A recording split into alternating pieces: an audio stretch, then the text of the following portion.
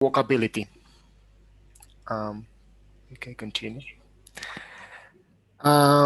Yeah, basically I'm trying to, well, I will let them know. I will talk about that in our 3-minute for the thesis, but to make a long story short, I'm trying to measure perceived walkability and also trying to identify which elements and characteristics of the public space influence pedestrian experiences and so on.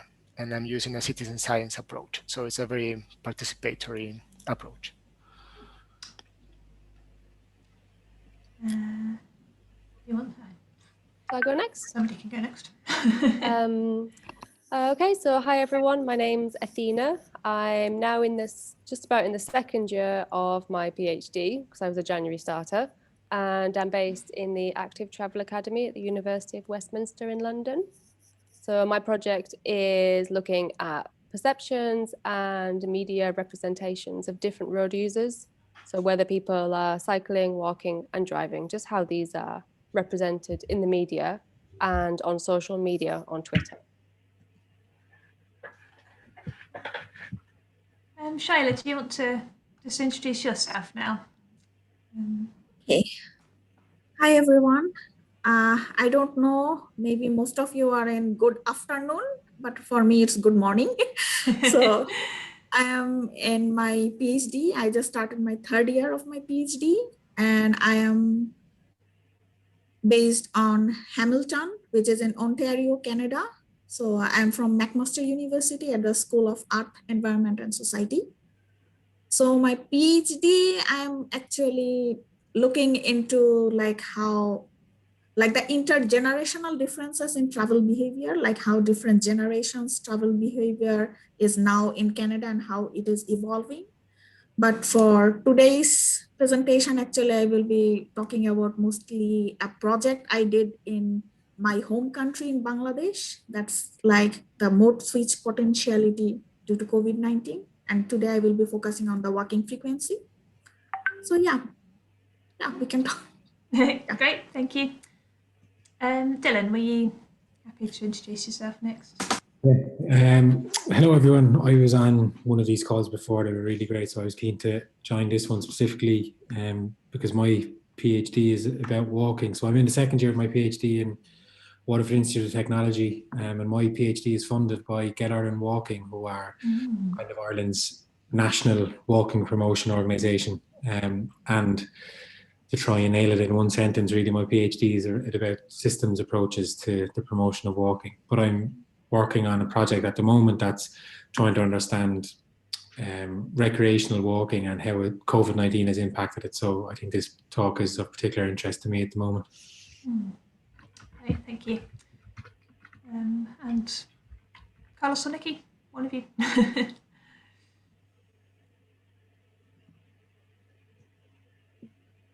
Go on then. Hiya, I'm Nikki. I'm in the 2nd year of my PhD at Lancaster University, where I'm in the Institute for Contemporary Arts and also the Centre for Mobilities Research. It's not been great so far for my kind of style of participatory arts projects, bringing strangers together over kind of material processes. But generally speaking, I'm interested in the kind of materiality and materials and communities that kind of might spin out from like a community bike hub that designed specifically for people who are not the cisgendered men who are at the centre of cycling in the UK. Great, thank you. And Carlos, are you happy to introduce yourself?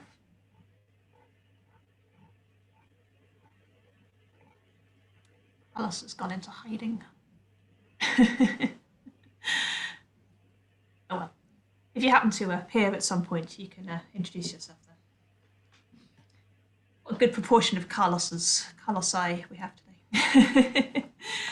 Great, I'm going to hand over to Shaila, who just to do the main presentation, and then we'll kind of follow that up with some discussions afterwards. Okay, just let me share my screen.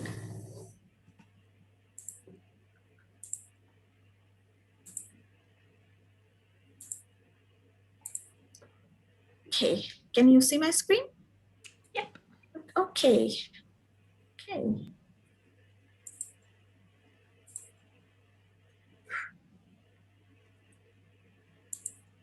Okay. So welcome everyone.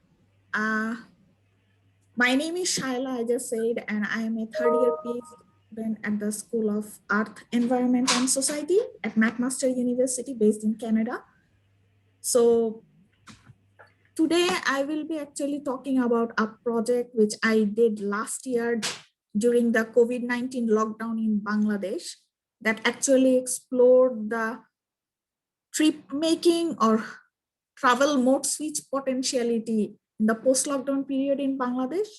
So, and today my focus of discussion or the presentation is will the change in walking frequency in the post-lockdown period. And this is actually a work in progress. Like I am working with Dr. Antonio Paez of McMaster University on this project. So what I will be sharing some update from the project I did in Bangladesh and also our work on the walking frequency in Bangladesh. Okay, so just give you a little bit background on Bangladesh. Like it's a South Asian country, like, and we have a population of almost 160 million people. And Dhaka is the capital city of Bangladesh, and it's world's most densely populated city. And Dhaka has a population of approximately 21 million. And the average population density is 46,000 per square kilometer.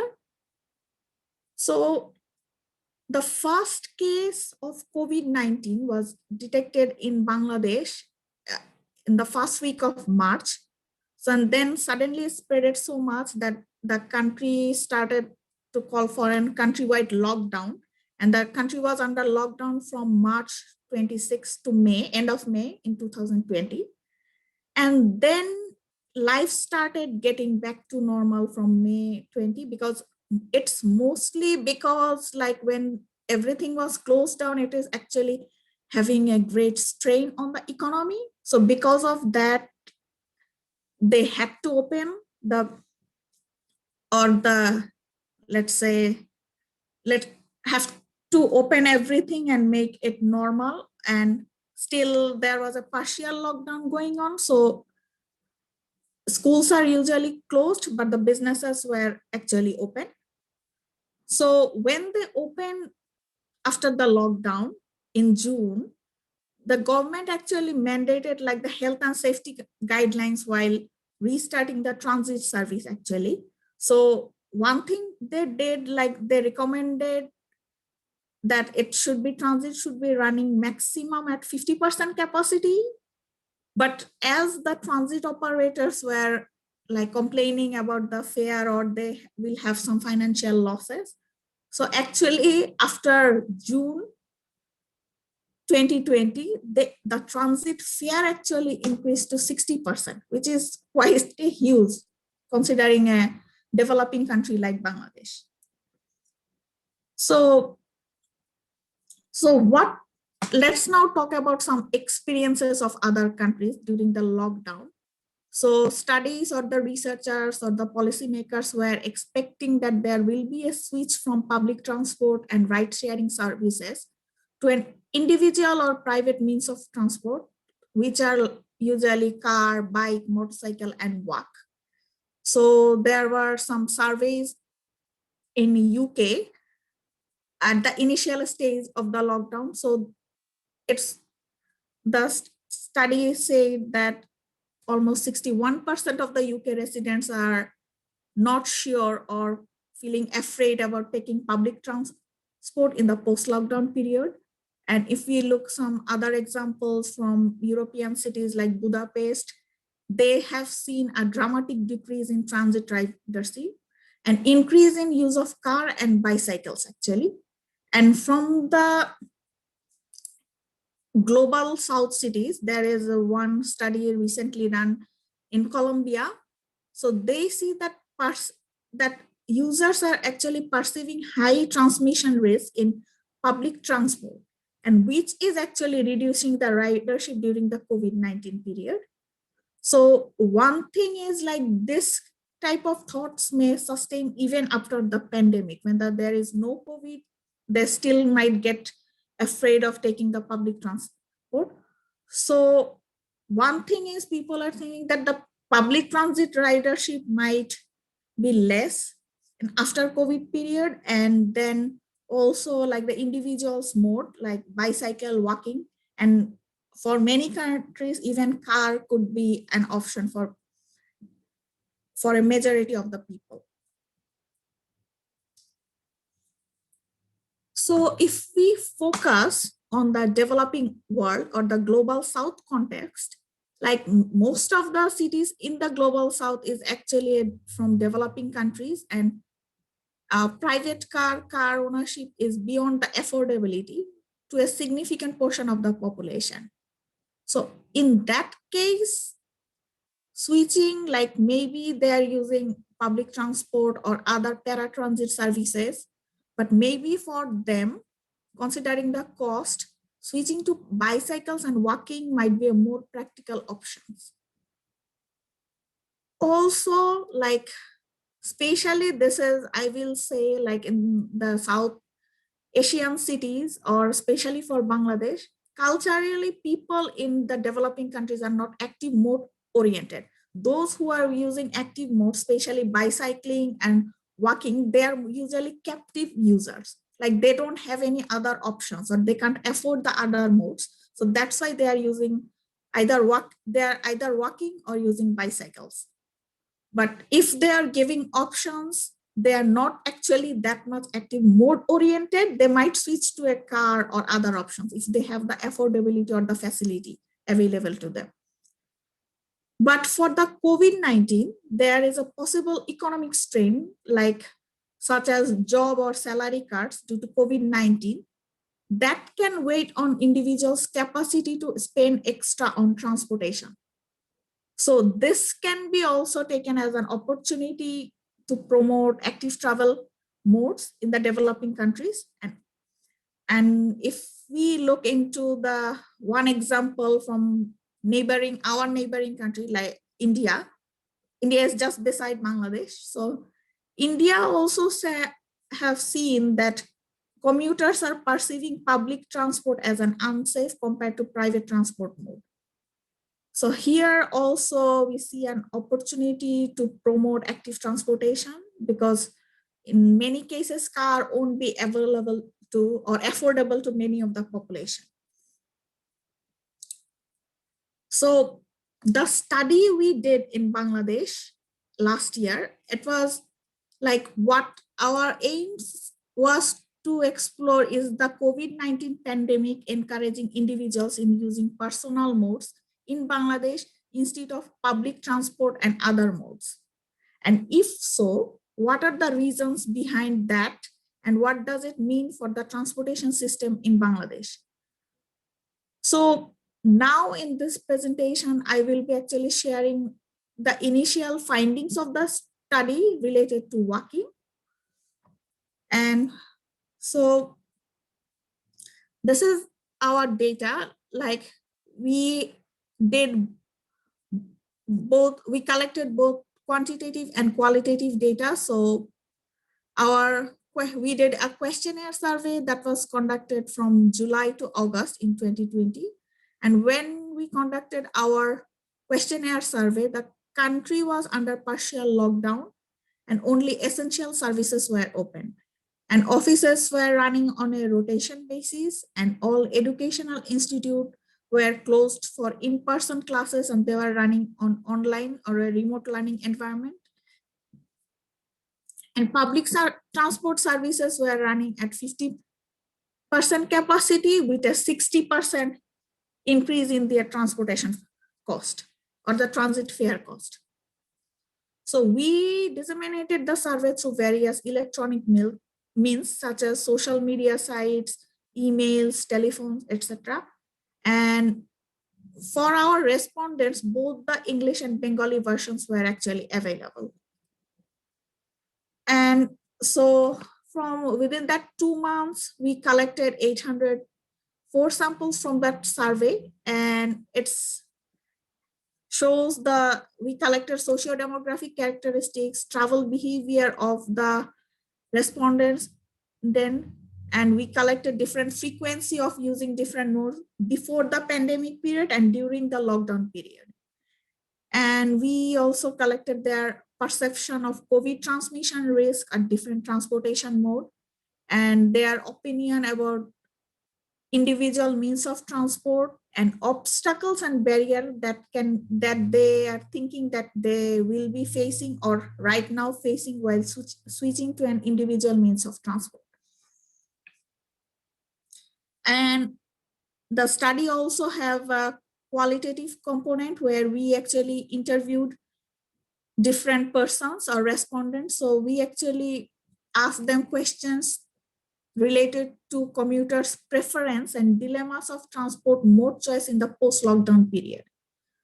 So in those semi-structured interviews we interviewed 37 people. So among them, 7 were public health professionals or expert, and planning and transportation expert were 10 people, and the daily commuters were 20 people among our interviewees, and all of them were based on Bangladesh.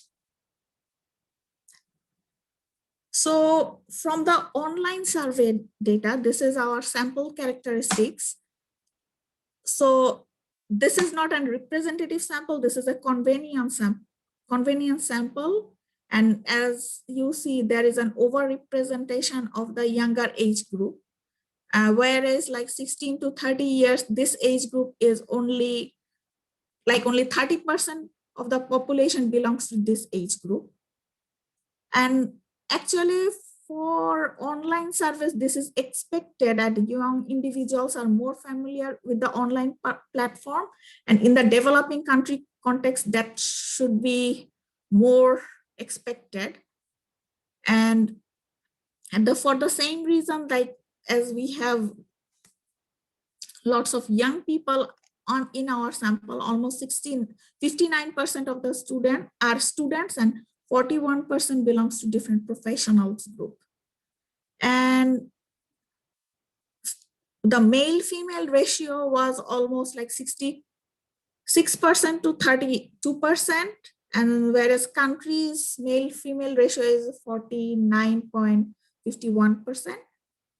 But we will have, like previously when we did a face-to-face survey, our like penetration among the female participant was lower because of the cultural context and the religious perspective. Women are usually not comfortable in talking with strangers about their day-to-day life or talking about or sharing their personal information or travel behavior. So previously when we conducted a survey, in that time, from that face-to-face survey, we only had a 15% representation from the female population. But in that case, I will say that this online survey actually has more female representation compared to the face-to-face survey conducted in Bangladesh.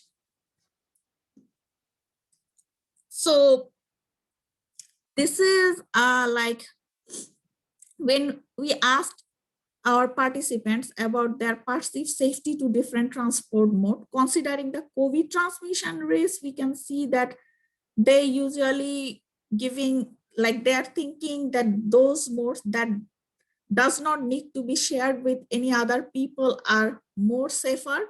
Like you can see here, the bicycling and walking is almost 82%, whereas like almost 74% are considering bus as an unsafe mode, considering the COVID-19 transmission risk. And then after, there was a question like how they're expecting their travel behavior, or are they expecting any changes in their travel behavior, especially their trip making frequency in the post-COVID era. So what we see that in this case also a large portion of the individuals is expecting to use a personal mode of transport in the post-lockdown period. Like almost 56% is actually saying that their frequency of walking will increase in the post-lockdown period compared to the pre-COVID area. So when we talk about like the changes in transport mode, so we asked the respondents what is their frequency of using different modes before the pandemic and during the lockdown period or during the pandemic period in Bangladesh. So they were giving different frequency from never to rarely. If you can see that never, rarely, once a week, 2 to 3 times per week, 4 to 5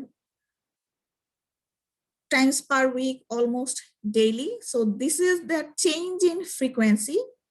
So what we can see that compared to the pre-COVID area, there is an overall loss in mobility. Like people are actually making less trips during the pandemic period.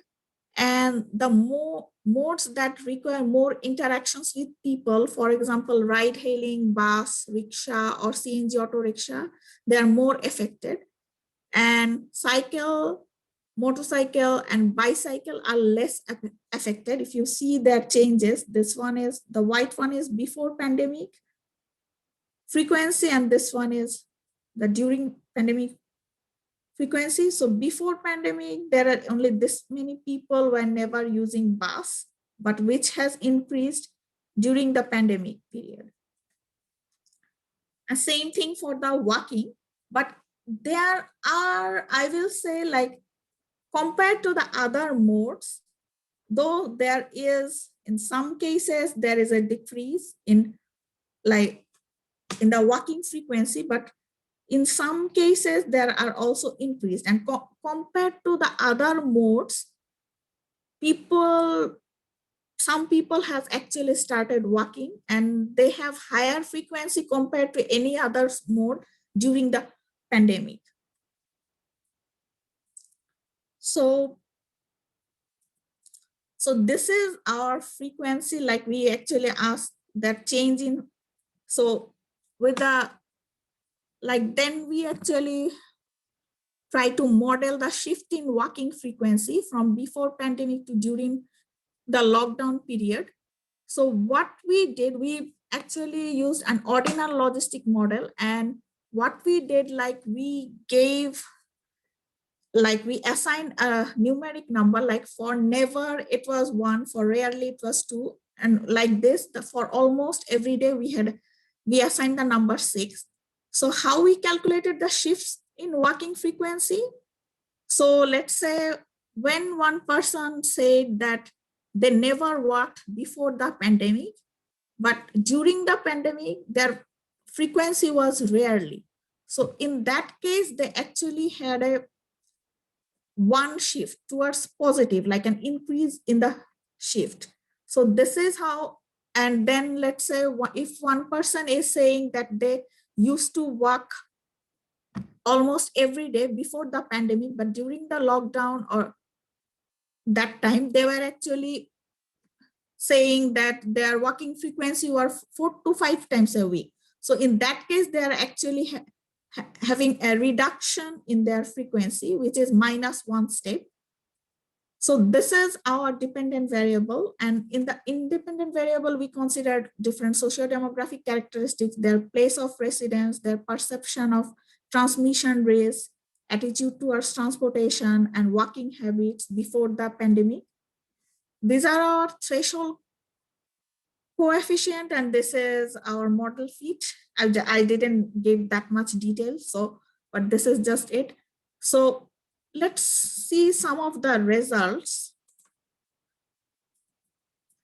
here. So what we can see, like how the personal characteristics and trip frequency is impacting the shift in walking frequency. So one thing is, like we can see that compared to the females, males were more likely to increase in their walking frequency during the lockdown period.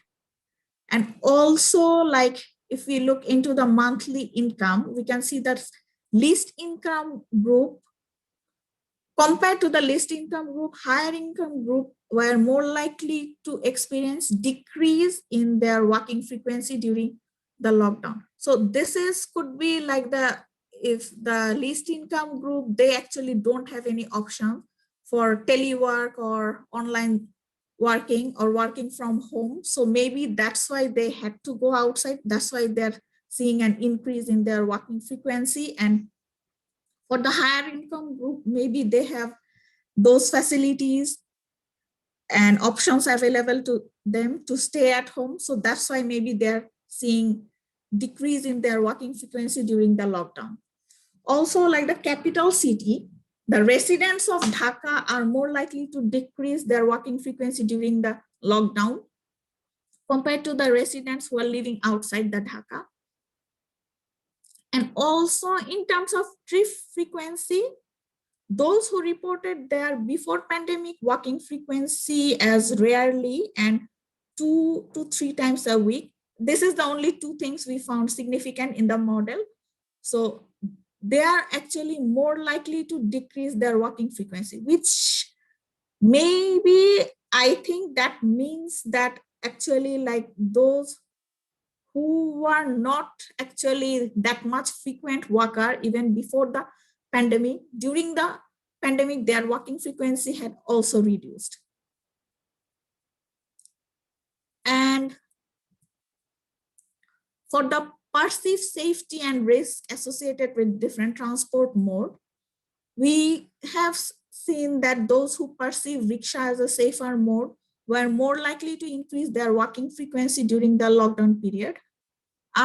We didn't find the ride share as significant if they're thinking ride share is safe, but we still have this one in our model because that is increasing the significance of other variables.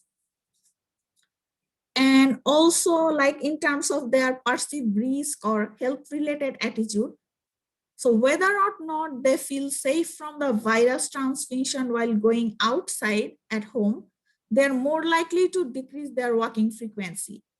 And those who are confident about their immune system, that they think that they will be less likely to be affected by the COVID-19, they actually increase their walking frequency during the lockdown. And those who are more conscious or worried about the transmission risk in the public transport, so it's seen that they are more likely to decrease their walking frequency. So we can see that these people are more conscious about the virus transmission, so they also decrease their walking frequency because of that. And also like we saw one thing that some people actually think that it is possible to maintain hygiene in public transport in Bangladesh to stop the COVID transmission risk. So those who actually think this way, they are actually more likely to increase their walking frequency during the lockdown.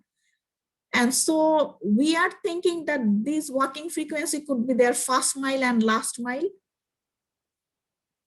distance. So that's why maybe they are confident about the hygiene in public transport. So they are using public transport, and to get the public transport, their walking frequency actually increased during the pandemic. And also like the perceived safety and health consciousness, such as wearing helmet while using motorcycles can offer protection from COVID-19 transmission, have a higher probability of increasing walking frequency during the lockdown.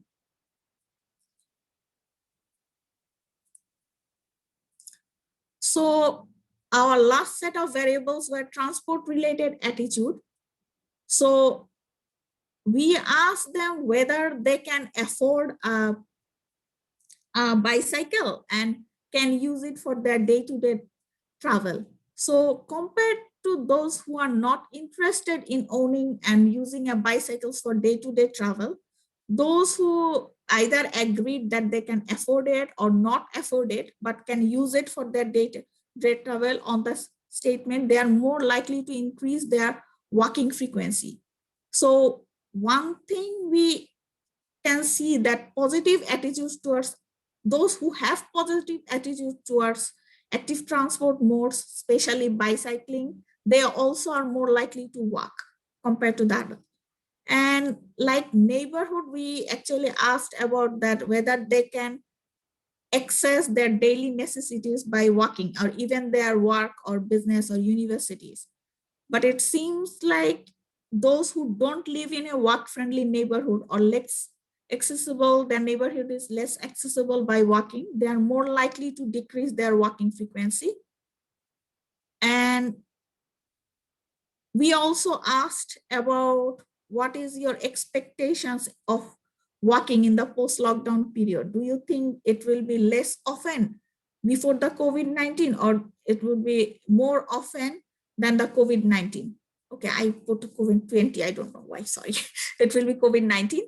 So those who are expecting walking frequency will increase in the post-lockdown period. They were more likely to increase their walking frequency in the lockdown period. So those actually, we can interpret it like this way, like those who already are walking more or increase their walking frequency, they are expecting that they're in the post-COVID era, they will be walking more compared to the pre-COVID era. And also, like, if they were showing more interest towards individual means of transport, it could be motorcycles or bicycles, like they are thinking of purchasing one within the next 1 year, they has also increased their walking frequency. So this is actually the post estimation.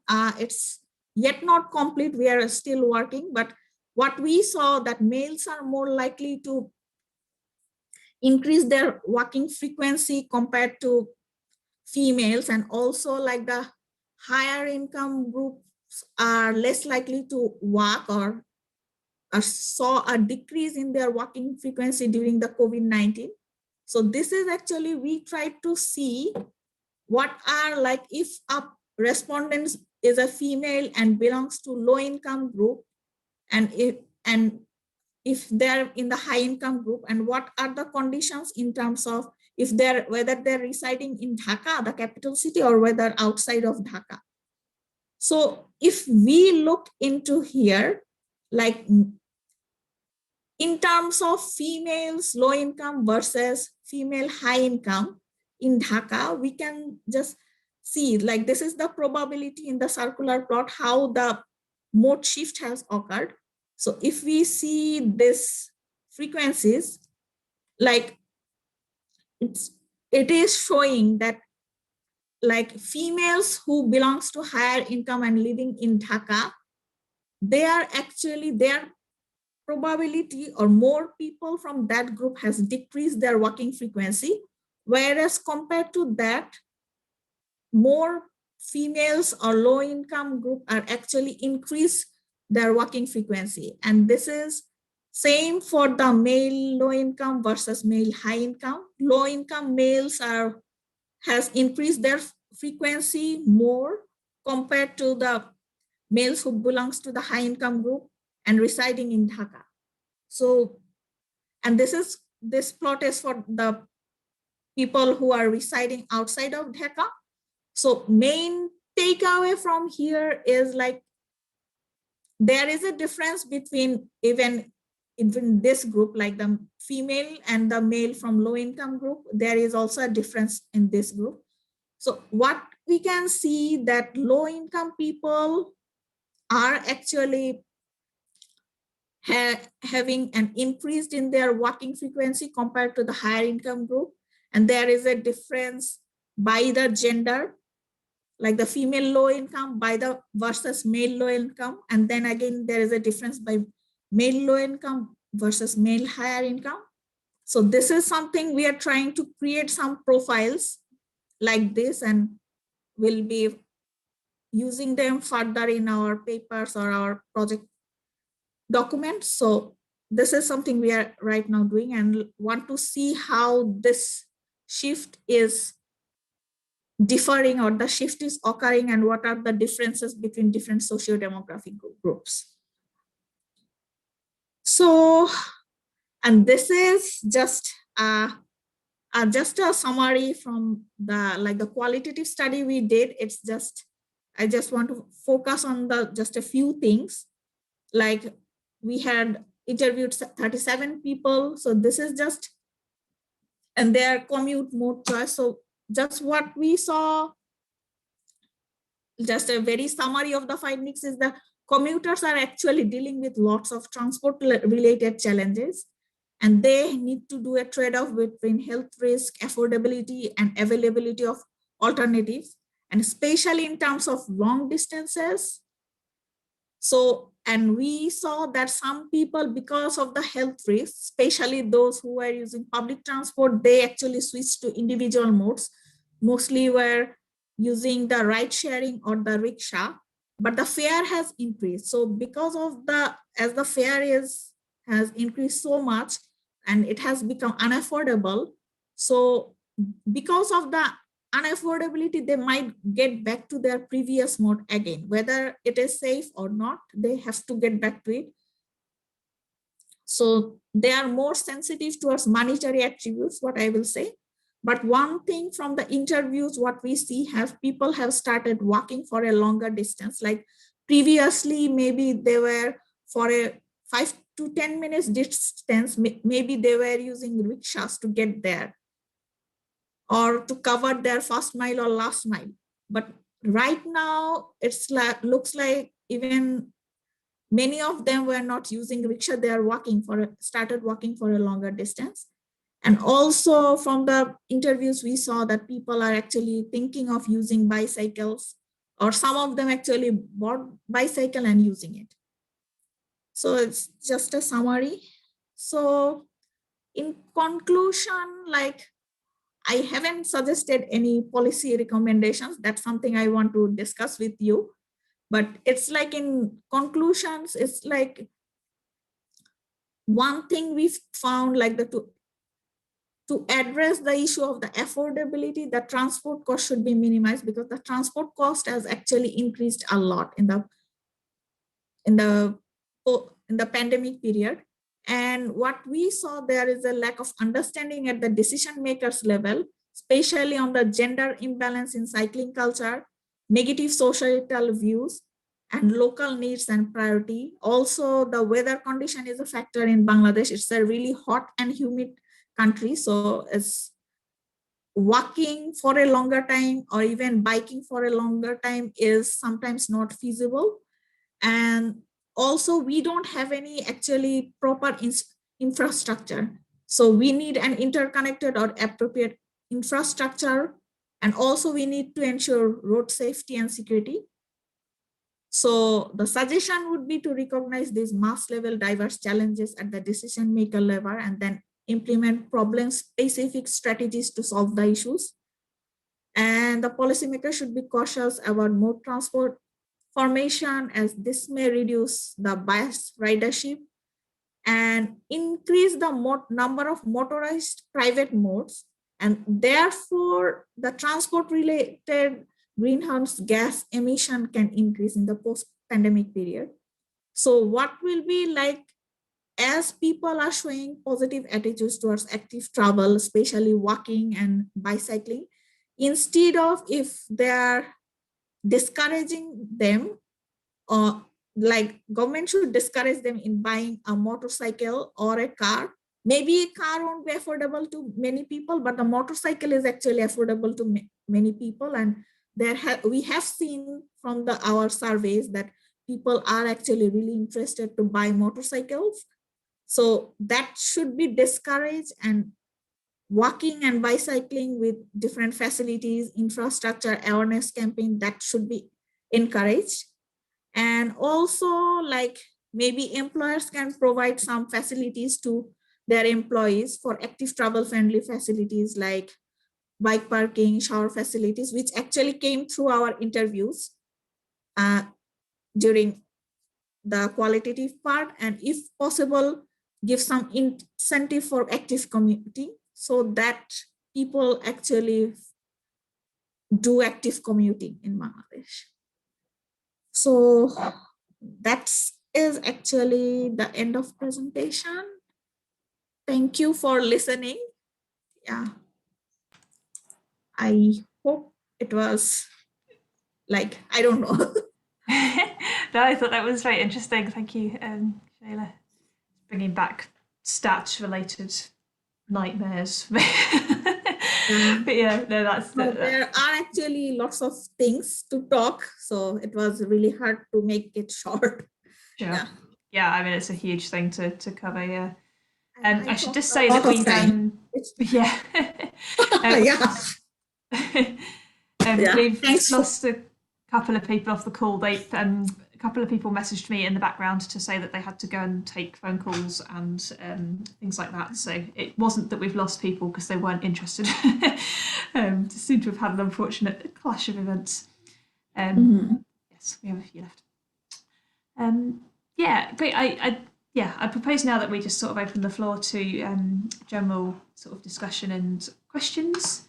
I'm going to repost some of the questions. Let me just put those in. Yeah, now. There you go. So yeah, I think as you mentioned earlier, Shaila, you're still very much in the middle of this project, and so feedback, and thoughts about how you might take it forward is helpful. If anybody's got any. So yeah, I've posted a couple of questions there, which I think maybe we can use to frame this discussion. But if anybody else has any other things they want to ask as well. I suppose I'm going to take chair's privilege, and I suppose I had a general question listening to what you were saying. In terms of the yeah, sorry. If anyone has any questions, they can also ask. Yeah. Sure. Yeah. I mean, is there a general national strategy towards active travel and away from private vehicle usage in Bangladesh? Not really. We had there was a policy called multimodal transport policy in Bangladesh that was from 2013. They talked a few things about pedestrian and walking, but yeah, there is nothing about the cycling.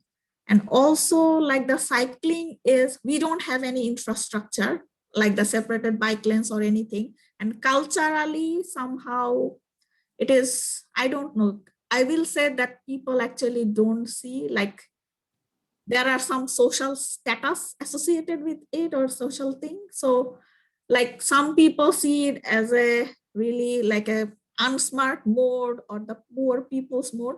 So what we saw that when we are talking about the individual means of transport, some people, if they can and they feel safe considering the COVID-19, they are walking. But instead of bicycling, we had lots of questions on bicycling, but lots of people are actually more inclined towards motorcycles. Something because of the speed or something, that's a young generation craze or something. And maybe they find it efficient considering the distance. So yeah, we saw more interest on there. That is from our survey. And the policy, there is rarely anything on the cycling. They have some policies on walking, but that is not a separate policy. That is on the transport policy included. And there is maybe a chapter or a section on the pedestrian. Yeah. Okay, yeah, because I was just thinking, obviously, these if there was a national movement towards reducing the private car use, a movement towards active travel, that might alter some of those. I mean, that decision to raise the public transport fares by 60%. I mean, that's certainly for me sitting here looking at that from a UK perspective. I find that very interesting because we do see successive fare increases here, but not anywhere on that sort of scale. So that's a really interesting difference. But, Holly, did you have a question? Yeah, hi there. And yeah, sorry, I missed a lot of it. I think there was a clash with a Westminster Uni meeting that I was at before. But yeah, I think it's interesting. And I was wondering how much you've looked at what's happened in sort of Europe and the global north, I guess, in terms of infrastructure. I mean, my focus is largely on sort of physical changes to the built environment, or that's one area I'm interested in. Or my view is that you need to get that right first before you can change behaviour. And we're by no means very, like, we don't have a perfect model in the UK or other parts of Europe, but there has been things that have been done and evidence to show that they work. And so I was wondering, you know, how much your research has looked at that or been able to draw on those examples, because sometimes in the past I found we're not very good at sharing knowledge, and it works both ways. You know, I don't think as kind of someone working in the UK, I'm very good at looking at examples from the global south as well. So I'm just wondering if you'd drawn on much from the global north. Like I live in Hamilton in Canada, so this is just very near to Toronto. So Toronto has actually, in Canada, they have done a lot of things, especially like a pop-up bicycle lanes. They sometimes close the whole street for walking and only for cycling. So during the COVID, they did a lot of initiative and also made lots of campaigns and programs addressing this issue. So this is the two cities I know better. So I'm just comparing. And as I am from Bangladesh, so when we are conducting our study, we, along with the questionnaire survey, we actually interviewed different professionals like health professionals, health practitioners, public health expert, also the transportation expert, and also people from urban planning background and working as an urban planner in Dhaka. So what we see that there is not, like there might be a talk, like a discussion about that we can take this as an opportunity, but there is actually not that much of any implementation. Like this is the initiative we will be taking or encourage people to do. So this is from the, if I see from the policymakers or decision maker level, there was not so much initiative, maybe some discussion on talk shows or in webinars, but there was not actually any initiative on the field. But as a respondent, they are like, okay, I feel that mode is not safe, so maybe I should bike. And that time actually congestion has actually reduced. So some of them were actually using biking or walking in the footpath because there was not that much transport. But what I see, like in the interview, some of them were like this only, when the lockdown is over, we will have the same congestion and everything. So maybe that time I won't be again biking. I won't be walking. I will be back to my previous mode again. So yeah, what I see, like some individual level realization, and they are actually making, like adjusting their transport behavior, increase their walking frequency. But from the decision maker level, at least from my study, I didn't find anything initiative, or the interview, while interviewing people, they didn't mention anything that they're seeing from the decision makers level. Yeah.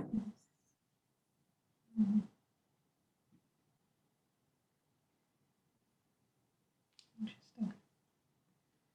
Yeah, I've just written another question down here. Actually, it just occurs to me. I think a lot of, when looking at your question there about the difference in walking patterns between the global south and global north, I haven't seen too much data for the UK, you know, in terms of pre and post and during lockdown yet. But my thoughts anecdotally are that there has been an increase in walking, I think. Mm-hmm. But I think a lot of that has been obviously leisure walking. So that, you know, that's people, I mean, I guess for context, a lot of the UK lockdown has involved being allowed out for 1 hour of exercise a day, and other than that, it's a kind of stay-at-home order. I mean, that's nominally what we've got at the moment. And I think what we've seen is an increase in people going out and doing a walk in that hour, so just a leap or whatever. I think that's what will get captured in the UK data sets on this. So again, I kind of wonder if you're seeing that same picture in Bangladesh. You know, are people going out for leisure walks, and is that something that you were capturing, or were you primarily looking at utility active travel type trips? Okay. What in this project, actually, we didn't ask them their trip behavior by purpose. So that is, I am afraid I didn't have whether their walking frequency has increased because of the leisure walking or recreational walking or something like that. But it's like we just ask them in general, how many trips did you make? Like, tell us about your frequency of walking or the trips made by walking or trips made by bicycles. So this is how we ask the question.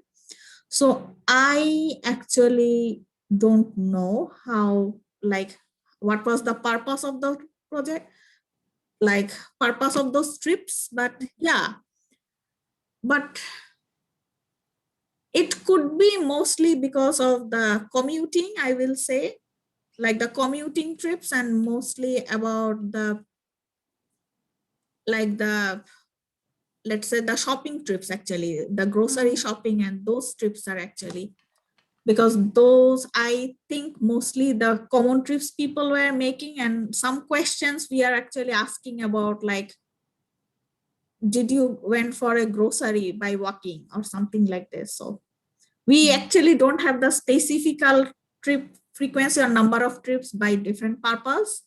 But yeah, but what I will say, maybe this frequency is more inclined towards commuting and the grocery shopping mostly. Mm-hmm. How much leisure walking is there generally? I mean, obviously the climate is very different. Is there a background level of leisure walking, or is that not so common? I actually don't know, but from my understanding, because I have been lived in two different kind of cities, like in a global south and global north, but yeah, the amount of leisure walking is actually really less, I will say, especially among the young generation. But yeah, for the older generation, they do a lot of leisure walking, and bicycling is really low. Like from we have a, for Dhaka actually, we have a strategic transport plan that was done in 2015. So in those, they did a background survey, household survey, and the mode share for bicycling was only 2%. But yeah, we have lots of walking, like it's like walking and rickshaw trips. Rickshaw trips in combined, they have almost 40% of the trips. So people do walk, and for the commute purpose actually, not for leisure.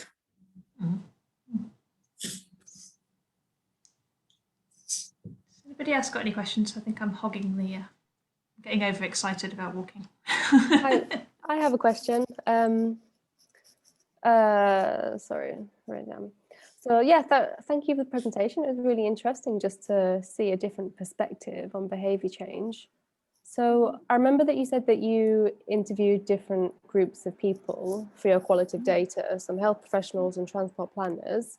So my question is, have you started to observe any emerging differences between these groups in how they perhaps made changes to their behaviour, or maybe in perceptions around difference in perceptions in how they view the different forms of transport?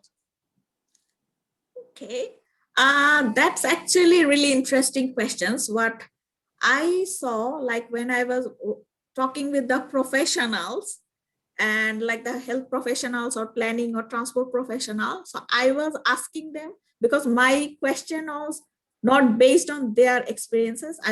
When I was interviewing them, their topic was the general population, or how the public is behaving, or how they are seeing the public behavior, not about their own travel behavior, but the public behavior. And the public, like the other commuters, were actually asking about their commuting behavior. So what I see, like when the professionals or the experts are talking about the public behavior, many times, yeah, they are talking about more like, yes, they're giving some good examples from different cities and saying, yeah, they have implemented this thing, we can do it. But what my understanding is, they actually don't understand the other challenges, like the challenges and barriers the users are actually facing on the field. Like what I see, like especially the affordability issues, like that mainly came from the user side. But when we are talking about the policymakers, they are talking about, yes, people are like, we can do it, they can bicycle, or they say they can do that will be good for health, like really like good things they're talking about, we can do it, or maybe government can do this thing, or they're giving some examples. But when we are talking with the users, they're saying, this is the barriers I am having, affordability as an issue. I am conscious about my health risk.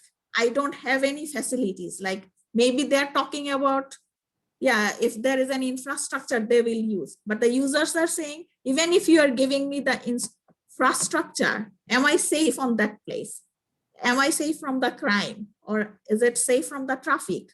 So these are the things, like users are more individual and talking about their perspective. And that is, I think, should be focused if we are planning any initiative or taking any strategies.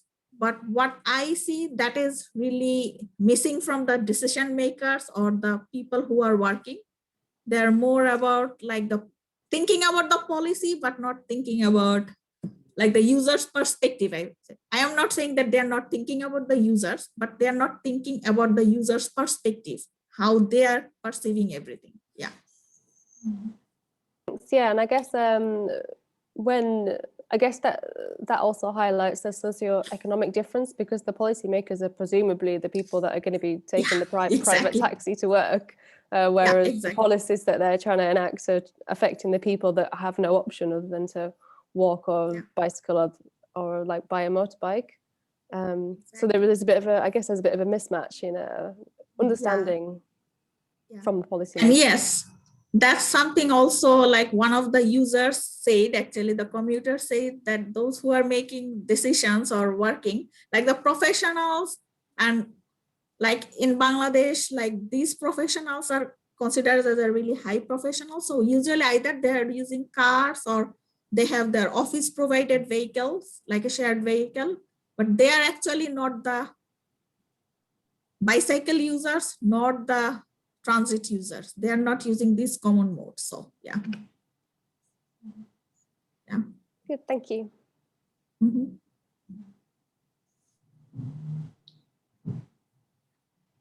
Well, sorry, Nikki, go ahead. I was just trying to find words for a kind of a beginning of a question in the chat, but you kind of gave a glimpse to some of that maybe in the last discussion. But I find myself really curious about the decision-making processes of the users, of the citizens, and like a lot of the participants in my focus groups, like we're kind of indicating a motivation of being green or doing their part to fight climate crisis, things like that. And then just like your opening stats on the size of Dakar, and just mind-boggling. I don't even know how I'd even begin to sort of navigate a city on that sort of. It's quite dense, yeah. And just like I'm just curious about all these different factors that people have to bring in, and I imagine there's a lot going on. You're not even thinking about kind of climate crisis there. So it's just sort of like getting a feel for what it's like in different places and the different things that people have to juggle in their everyday lives. So I don't know if you can maybe talk a bit more about that, or whether some of your interview work maybe sort of like highlighted any trends in that at all. Like from the interview work, what I talked with Athena, that was one of the things we observed. And also like one thing I saw that some people, one good thing is people are actually, when I was talking with them about the interviews, the users are actually walking more or for a longer distance, which was not, I won't say that is a culture, especially for the people with a professional job. Like maybe they have let's say they are a middle income group, but they don't have any personal transport. They're using the transit. But for their first mile and last mile, they usually use the rickshaw. They don't walk, but maybe that's a manageable walk, only 5 to 10 minutes walk even. But still that is not, I will say that's not in our culture.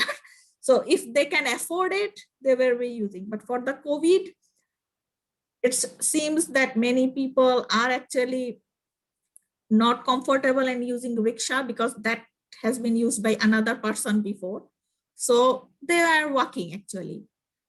So they feel like, okay, they're walking. And so that's one thing. But another thing is like the bus transit fare was increased. When I did the survey, it was 60% higher than the regular price. So that has, it's a really huge, I will say. So what I see that some people were like, they switched to other modes because they're seeing that, okay, the bus fare is already increased. So with that, maybe I can hire an Uber or a ride sharing. So they were actually taking those options, or sometimes they're using other rickshaws or other modes that they consider less unsafe or more safe compared to bus. But what is like, from the interviews, they're saying that their transportation cost or expenditure has increased a lot. So many of them were thinking that maybe for the next 1 month while we are interviewing, I will be able to do it. But after that, I have to go back to my previous mode, if that is affordable. So yeah, there is like, should they consider the health risks? Should they consider the affordability? They have to make a balance between them or choose what is. And sometimes they know that as a health risk, there is a health risk, transmission risk, but still, and they're not comfortable, but their affordability only, they can afford that mode. And also, there is also another thing is availability of the mode. It's not everyone has every mode available, or they can access every mode. Like maybe one person in the interview were saying that from their office is closed, they don't have any option for work from home. So they have to go to the office. And on that route, their home to office route, they don't have any alternative transport. This is just only covered by transit, as they don't have any personal vehicle like a car or motorcycle. So they don't have any options. They are not comfortable using the bus, still they're using the bus because the distance they can't cover by walking. So yeah. Yeah, I think when you got kind of massive factors like pandemic and the price increase that are really going to suddenly dominate decision-making processes, kind of understanding the choices people are making and the reasons they're making those choices is kind of key to how things might be different after the pandemic. But yeah, so it's all a bit of a difficult thing to foresee at the moment, isn't it? Yeah. And also like what I saw for the bicycling, like I had a few respondents, they said they actually bought a bicycle because right now, because of the schools were closed and many businesses were closed, there is no traffic actually, there is no congestion on the road. So they find it safe to bicycle on the main road because it's like our roads are, every mode is sharing the same road. The rickshaw, bus, whatever, paratransit, cycle, everyone is sharing the same road. There is no separation or anything. So they found it during the lockdown, they found it safer to use bicycle. And some of them were actually considering that because of the COVID-19, as my transportation cost has increased, like even the bus has a higher price and also the other modes like rickshaw, ride sharing, they're also expensive. So why don't I invest one time, like in a bike, and then that can actually within maybe after 3 or 4 months, I can have the money back, the savings I have from my transportation cost. Maybe that's a good investment. So they were actually thinking biking as a good investment. So they bought their bicycle and they were using it. But that is actually for the male persons, because like Bangladesh is like an Asian culture. We have a conservative society and it's a male dominated society. So still females are not comfortable in using bicycles. So for the females, there is also some issues because they have some social restrictions to participate in this. So sometimes for them, it becomes really difficult. Maybe they are not comfortable using bus, but still they're using bus because it's bicycling on the main road is not still acceptable actually. So that's something they have to work on, I will say. Yeah. Social obligations can be as powerful as some of the other factors as well, can't they? So yeah, thank you.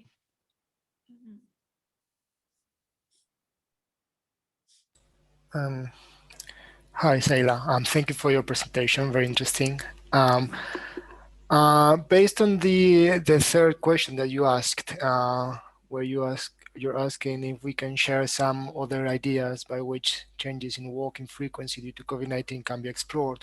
I was wondering if you studied walking frequency mainly based on the number of walks, or if you also considered the distance and the walking distance and walking time, because I guess they might need different policy approaches. So I don't know if you looked into whether people walk the same number of trips, but now trips are much longer because they're considering walking to work, whereas before they just use another means of transport. And yeah, that's a good idea actually. So no, actually we didn't ask for those, like especially like the distance and timing, we didn't ask them, our respondents. We just asked them about the frequency of using different modes before the pandemic and during the pandemic and the lockdown. So yeah, but okay. this is, I will say, it would have been really interesting if you considered those. But while designing the survey, actually what we saw is like, as we are asking them about each mode, it's becoming too long. True, So yeah, true. we just have to make some choices that should be considerate or not. Yeah. So yeah, I know that like this distance, time, or what Becky said about the purpose, for what purposes those trips were made. So yeah, those would be really interesting to incorporate. Yeah, obviously you can get some insights about. Yeah, more insights. But, yeah.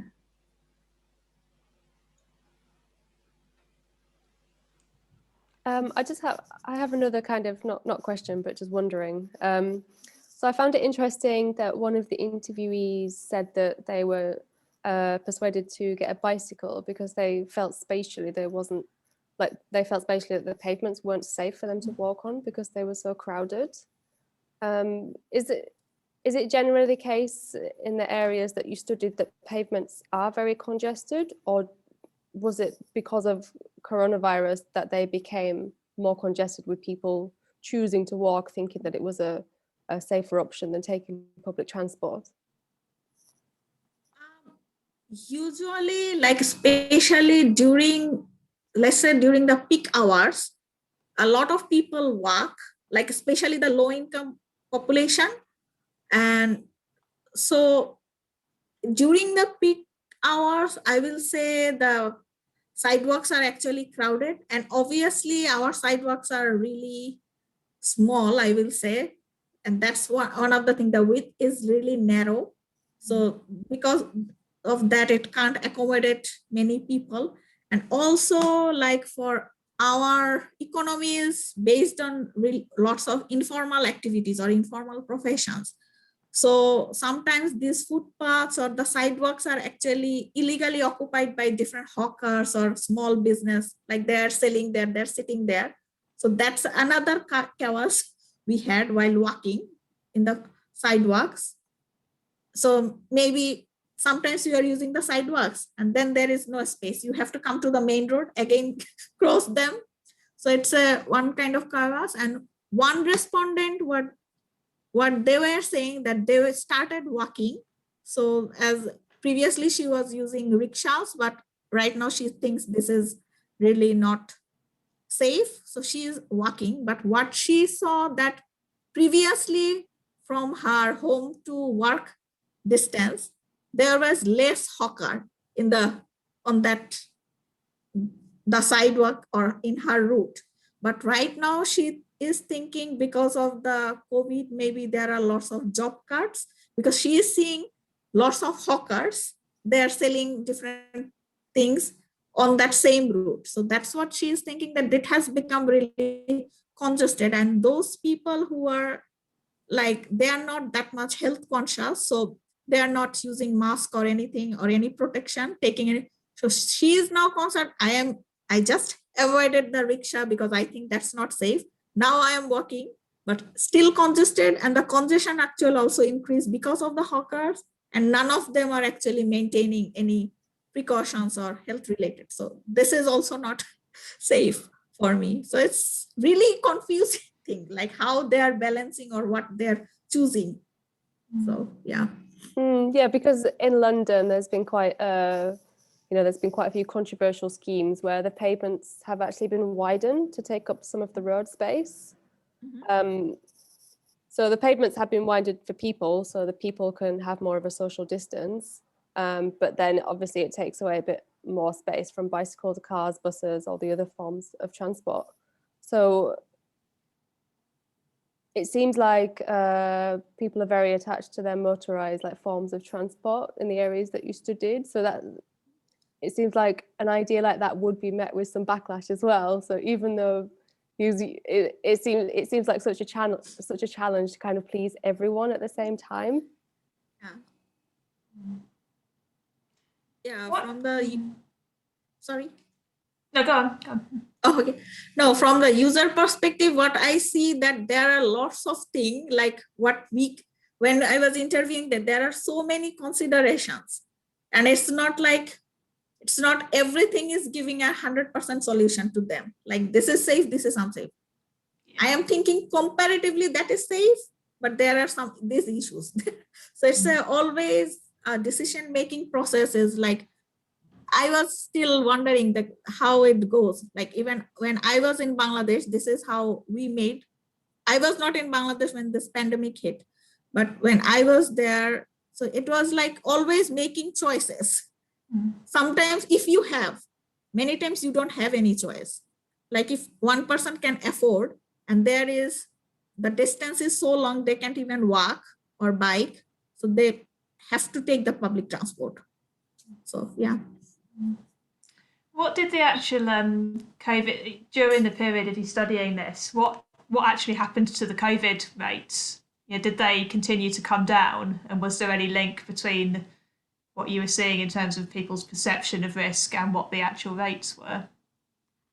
The problem is the COVID rate right now, it's going down, like the rates of spread. And also what I can see, as the time is going, like from let's say when it was like during the lockdown, it was like really, let's say during the lockdown, people were really conscious. So, and when we did our survey after the lockdown, when the country was open, just only the educational institutes were closed. So even that time, what we found that people are almost conscious, many of them, about the health and everything. But as the time is going, and right now it looks like this life has just become normal. Doesn't seem that there was any significant change or something. So it's just there. Even like, okay, this is the option I have. I can't afford any more private mode. So okay, I'm just taking the public transit again. Maybe there is a risk, but I don't have any choice or something like that.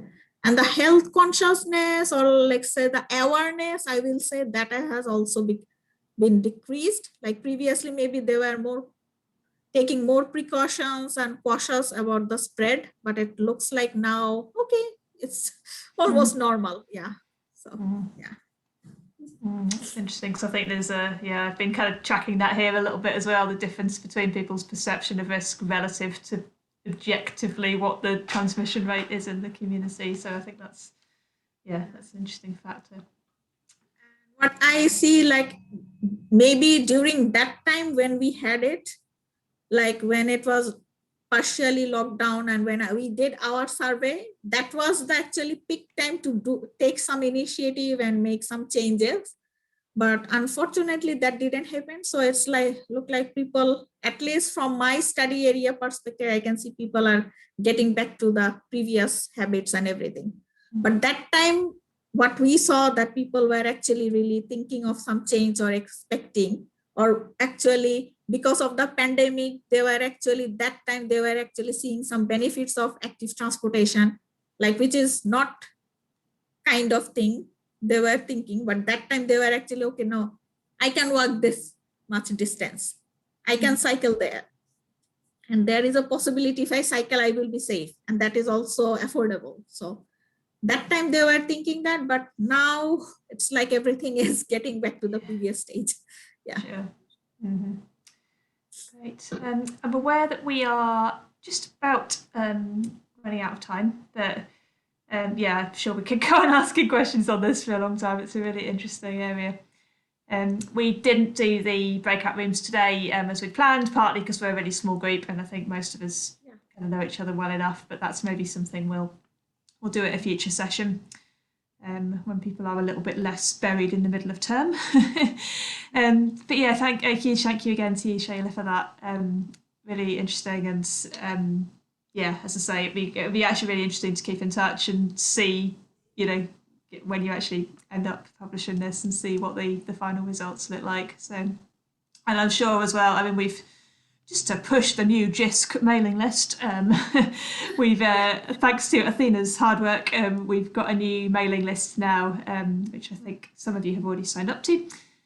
So that's the idea of that is to enable us to operate a little bit more as a network where we can communicate as you know, where everybody can communicate with each other rather than just at these monthly events. So yeah, maybe that's something that we could share over that when you start to get a bit more kind of conclusive insight.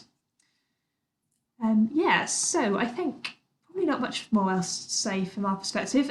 We'll meet again next month. That will be, I think it's the 7th of April, and we'll be in the morning, which I'm afraid will be in the middle of the night for you, Shaila. But yeah, we'll hopefully record that session as well and get that up on the YouTube channel alongside this one.